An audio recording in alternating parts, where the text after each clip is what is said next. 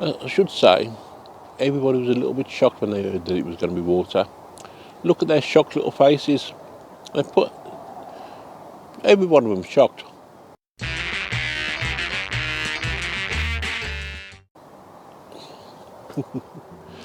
Hello, welcome to the Survival Sam channel. How you doing today? You nice and warm? You at home nice and warm? Yeah, I'm not. Freezing. There's one person to blame for that. We'll have a chat about that in a minute.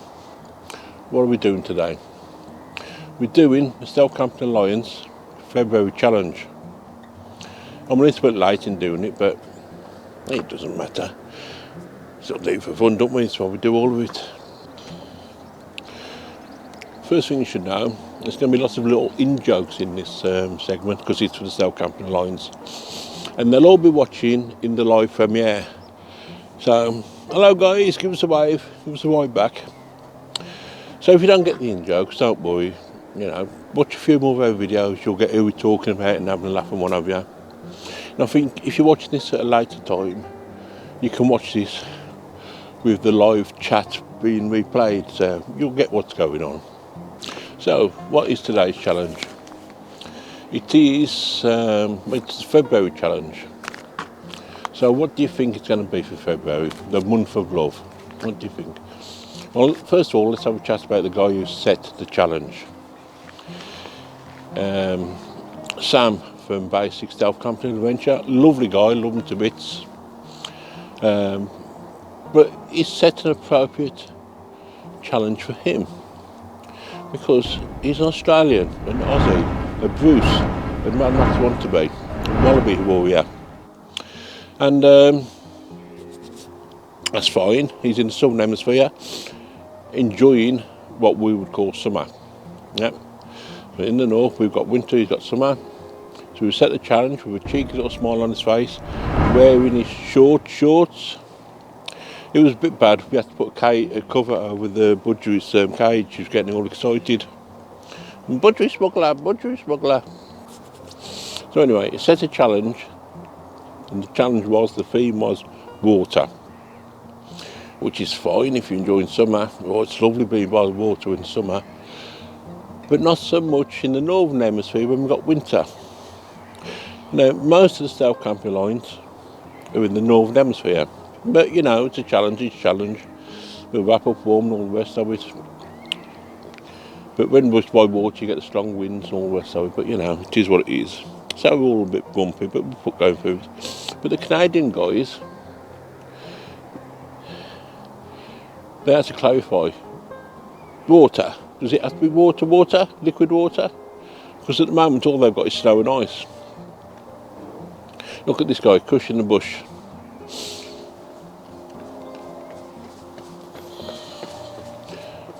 That river he's walking on, solid ice. Solid frozen ice. And this guy, he went out. He was so happy to actually find some water. Look what he did. Oh, the Canadians, eh? They're a strange bunch, eh? Yeah. Anyway, on with today's challenge.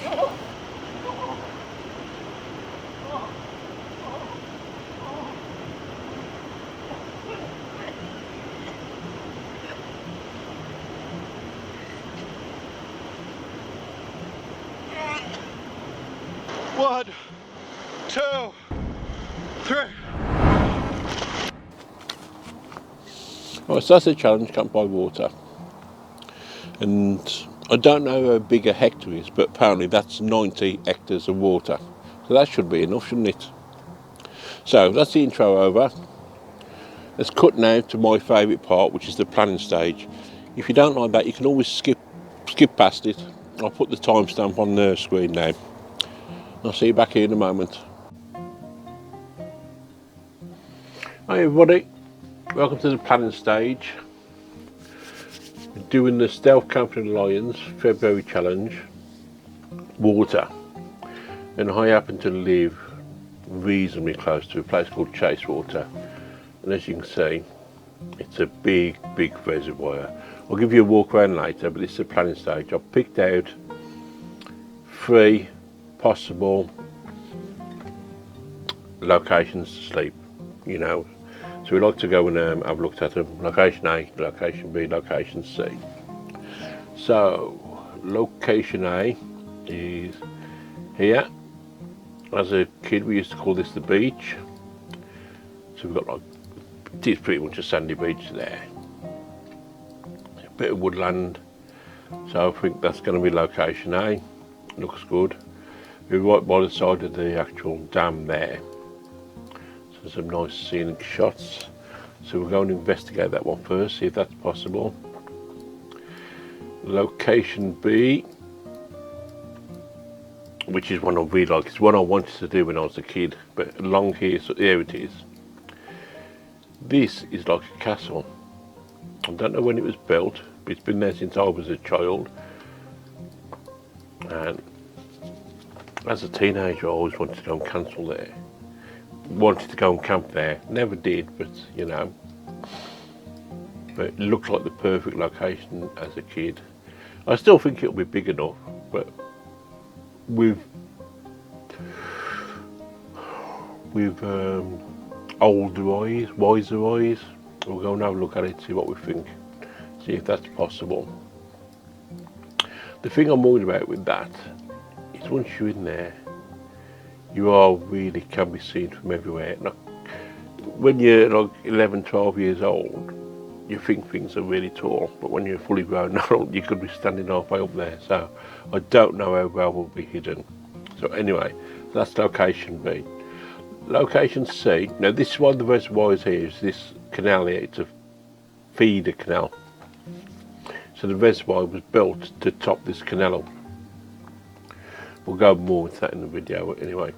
I might come down here, because this is still water, and there's lots of good camping area here. I'll pick that up, and I don't know what that is, but I want to go and investigate, so we'll have to go and see if we can see. I'm thinking it's some kind of BMX track or something, but I mean, look at them big burns and what have you there. I mean, that's definitely a track, isn't it? But we'll go and investigate, we'll have a nosy. And location C is going to be this patch area here. I like C as well because this is the car park for Chasewater, and I think it's going to be paying display, which is fair enough, but a proper paying display is going to be overnight, no overnight parking or whatever. If there is, then we can't park there. We'll park there while we go and investigate. Then maybe we'll have to go somewhere else, find somewhere to park around here or whatever. But looking here, there's quite a few cars parked just off road. So if we go and zoom in, there's a very good chance we could park there or somewhere along here. And then we've only got to walk down there, we're in the camping area. That's fenced off, that might be a problem, never seen that. Okay, we'll go and investigate and have a look.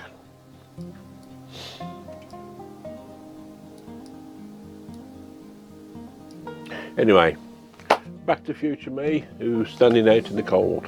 Catch you later. The area that we used to call the beach as a kid is now totally flooded, and it's not suitable for camping at all. Which is a shame, because I thought, as a kid, I thought, oh, that's going to be absolutely brilliant, camping here. It's funny how, like, with season eyes, you look at things a bit older, you go, oh, this isn't on. Oh well. Maybe it's always because I came in the summer and the reservoir was a bit lower, so you get in there. But even with that, I don't think camping there would be advised. Yeah, well, it is what it is. Unfortunately, the castle looks like a bust right from the off.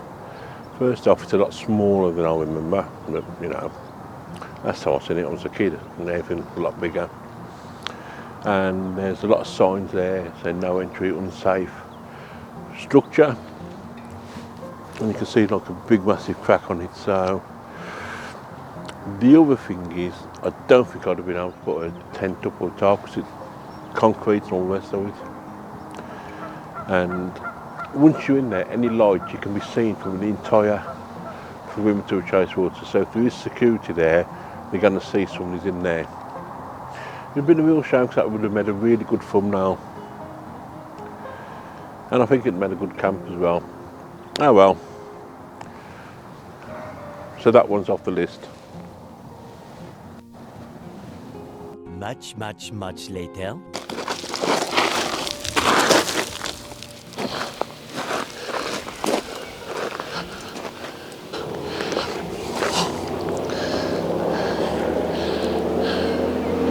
Some of you will notice a change in my appeal, and the weather's a lot better. Basically because about 3.5 months have passed since I last spoke to you.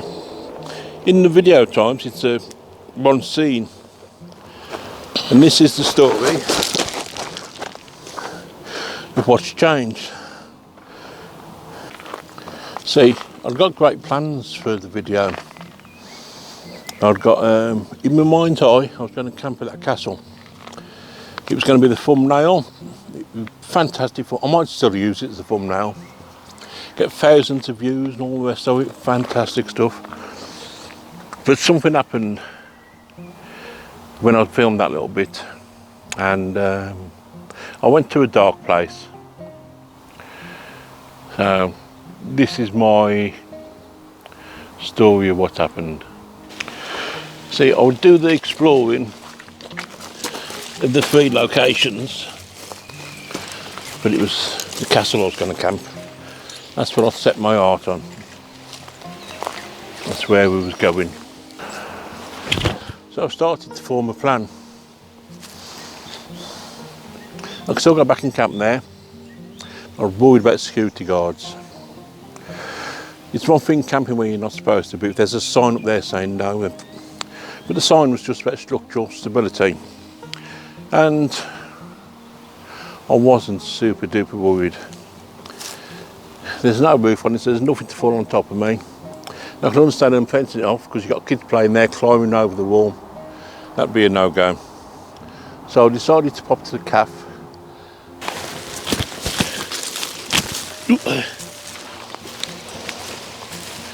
So I thought I'd go and find out if the place got any security guards. And what I found out took me to a dark place. And this is that story.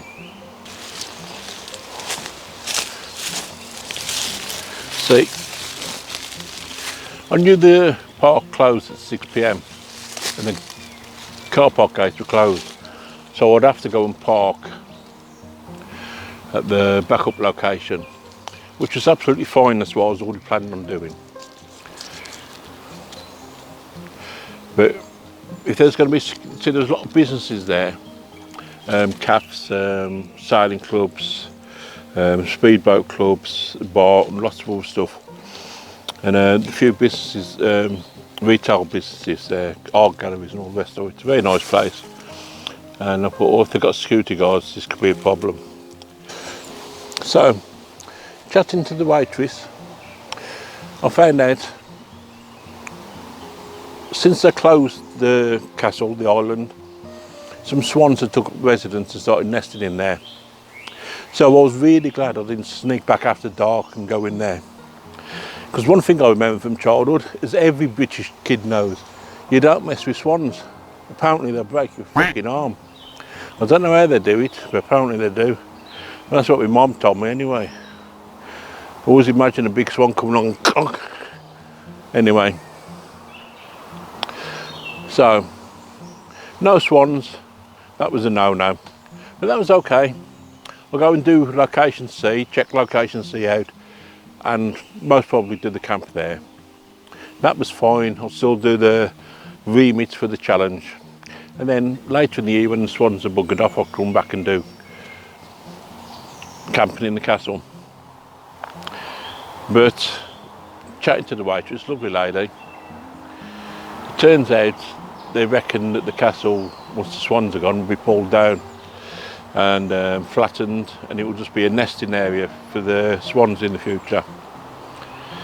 down to budget, I suppose. Or they don't want the liability or whatever, I don't know. And that's when I entered the dog place. So no problem. You can go back to the car, drive to the reserved car parking space. I'd already planned for that. And go and camp and see. But the thing was, and the next thing I found was, I was putting the key into the door at home. And to this day, I don't know how I drove home. I've got no memory of it. I just sort of snapped out of a phase and then, oh, what am I doing here? And the wife was like, what are you doing now? And it just didn't work out, all the rest of it. And I was sulky for a little bit. I don't know why, or didn't know why. And I carried on with my day-to-day life. I watched everybody else's videos. They're very good. I recommend you go and watch some of them. It's a very good challenge. But something was missing. I'd lost a hole or something. I lost my love for camping, and that's not me. And I couldn't quite figure out what it was. So, what do you do when you're in a dark place? Well, me personally, I put the flashlights on and have a good look around. You'll never know what you find. Oh. Now, travelling in the car with the rest of my family I found quite painful, quite troublesome, torturous. You see, all my family are extroverts, and I'm not. I'm very much the introvert, which is absolutely fine, but being in an enclosed space was a bit of a nightmare. Being extroverts, they just had to talk. Didn't matter what they was talking about, they just had to talk and talk and talk. A lot of it irrelevant shit, a lot of it they kept repeating themselves. And anybody who knows anything about introverts, they know they're not like that in the main part. They like to have chats about much more in-depth stuff, sensitive stuff. Plus also, I seem quite sensitive to noise. I have mentioned before that I certainly have autistic traits. I've never been tested, but I've got autistic traits. So there'd be 3 conversations going in the car where they're all talking to each other. I wasn't interested in the conversations. The trouble was, they're loud because they're having to speak over the radio. If you're going to have a conversation, turn the car and radio off, but no. And what was the Shawaddy Waddy, full blast. If you know Shawaddy Waddy, you know that's torture in itself. You shouldn't have to put up with that as a kid, or as an adult. So they'd be shouting out to each other, and they wouldn't turn the radio down. And apparently, la la la la la is rude. Yeah, I don't get it. And I get a quick slap. Stop it, stop it. Oh. So, I developed coping strategies to deal with these people. What I'll do is I'll keep my mind occupied. I'll start daydreaming. Just get my mind off somewhere. And in the 70s, there was a TV programme called The Cruise of Robinson Crusoe. Something like that. I'll put the title up on the screen in a minute. And that was basically this guy got shipwrecked on a desert island, built his own little fort, his own little hut, and survived. And to me, being an introvert, that was absolute pleasure. Maybe it was the start of my stealth camping career, but I absolutely loved that idea.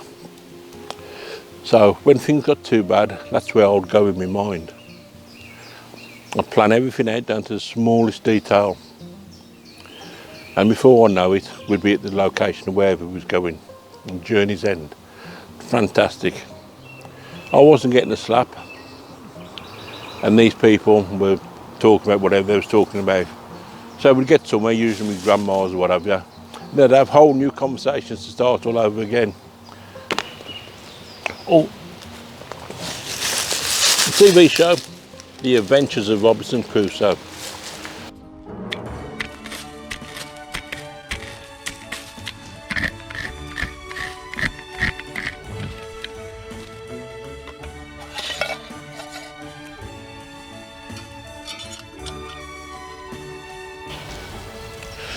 Cooker's on.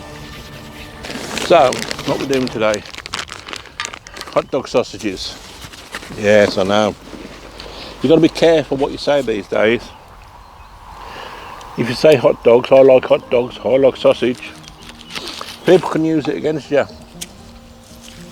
So you know Steve the transit camper, he's, you know I do the phone call bit and all this, and if you're on Facebook, you know that I'm regularly playing him up and he plays me up. It's all good sport. Well, he's been promising to get me back for quite some time now. Revenge is a dish best served cool. And what he has actually done is stitched me up really good and proper.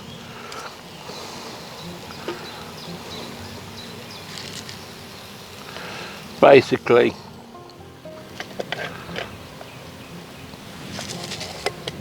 there. Basically what he's done, he's got full mob videos and snipped little sound bites out and little video bits. And he's made a video as though he's calling me on the phone. And I'm answering him. And he's got me admitting to some quite wonderful things. It's very, very good how he's done it. It really is. And he's not got it listed up publicly because people who don't know what's going on can certainly take it the wrong way. But if you want to join in the fun, I'll send you well, what I'll do, I'll post it in the comments below. And then you can go and have a look at it and have a good laugh. Put a comment in about how much of an a-hole he is. He just loves the attention, to be honest. Hot dog sausage buns. So definitely go and check that video out, because it's really funny. And if you don't follow the Self Camping Alliance on the Facebook page, that's where a lot of the fun takes place. Because we've got to keep our videos reasonably serious. Reasonably. Right, now where are them?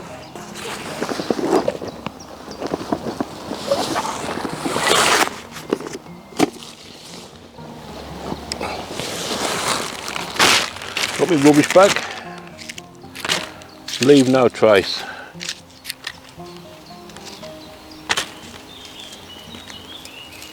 If people come through here after I've gone home, they'll never know I've been here. And that means you can keep coming back. When you tell people you use Stealth Camper, they think about when they go into the woods and they find all beer cans and abandoned tents and all this. So that's just idiot kids getting peed up and whatever. That's what we need. So leave no trace. Stealth Camper's motto, prayer, remit.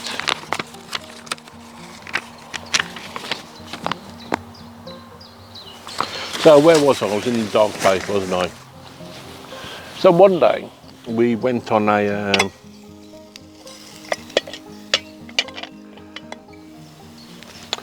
little day out to chase water, which is where I am now. And I was sitting in that castle. And as soon as I was sitting that, I fell in love with the place. And as a little kid, I can go and play in there and all the rest of it. And it looked a lot better as a kid. And I started planning it. When I run away, when I go away from these noisy people, this is where I'm going to run away to. And when I'd be in the car, I'd plan it out to the latest detail, or what I thought was the best detail. And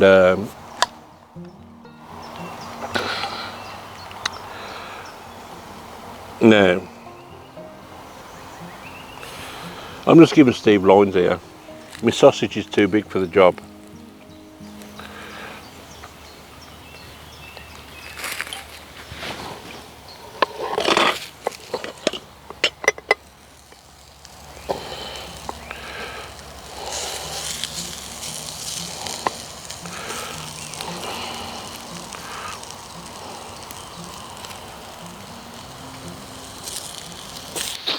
So, sausages cut down. Where was we? Oh yeah, Chasewater. So as a kid, this is where I'd run off to. At least in my mind, but in my mind, that's what I was going to do. I was going to run off and I'll live there. I mean, in reality, what are the chances of me lasting a day without being discovered? Zero. So, but it got me through these car journeys. And as a young kid, that's all that you could hope for. And because I'd got these fancy places to go, when we'd go out to wherever, I'd plan all this out in my mind, and the journeys would be a lot better because I wasn't playing up, acting up. Because it wasn't so stressful for me, which is good. Of course, I never did run away, but as a kid, it was in my mind. I did a lot of what I used to call at the time survival camping. I'd never heard of stealth camping before, not until like in my late 40s, early 50s, on the internet and all the rest of it. That's what other people do. See, I'd always done my camping with little more than, I mean, it wasn't even a tarp, it was just like an old green bed sheet tarped out and all the rest of it. So I had to do it when there wasn't much chance of rain. I'd go away onto a base ground and all the rest of it, or over, oh God, what was it called now?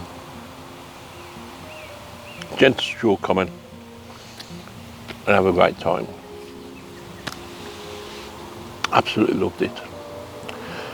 But I'd always made a promise to myself that I'd go and camp at the castle, Chasewater Castle.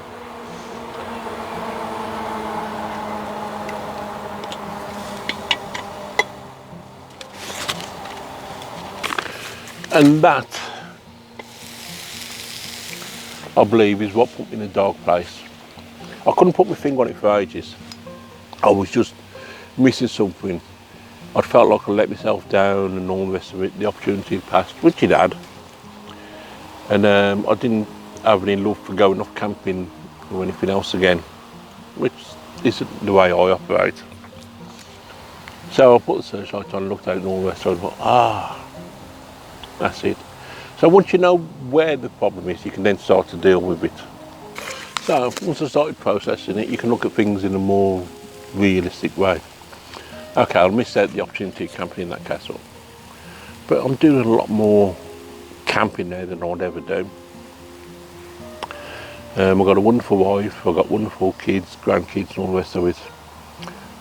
I work for myself in a job which I absolutely love, so I've got absolutely no reason to be grumpy. So I'll give myself a kick up the arse. There's nothing you could do about that, it is what it is. And get yourself out camping again. And I've done, what was the last challenge that I'd done? Oh, the catch and cook challenge. I'd done that and that was quite good fun. I'd missed the bike challenge. I was really looking forward to that. Getting ready for the history challenge, and that's going to be an absolute corker, I promise you. And I'm back feeling good and all the rest of it. Right, I'm not camping today, but small steps, you get in there. So once you're in a dark place, don't be afraid to turn the lights on, have a look around. And then once you find what's there, maybe realise it's something you can deal with. Oh, look at them. I'd say they're done.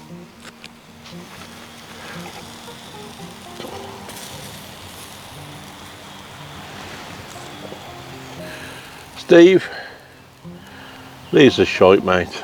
I don't know how you do it. You must have a smaller sausage than me.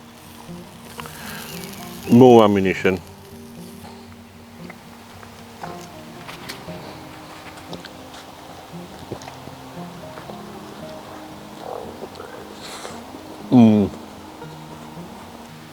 So the moral of the story, I suppose, appreciate what you got while you still got it. Because you can't change it once it's gone. So don't live your life full of sorrows. And as much as I hated those car journeys as a kid, I wouldn't mind going on one again. So mum and dad aren't here anymore. Me and my siblings, we grow up and grow apart, don't we, in different parts of the country. But I think when I get home, I'll send out a little. I'll make a phone call, say hi. Anyway, I've got some sausage to eat.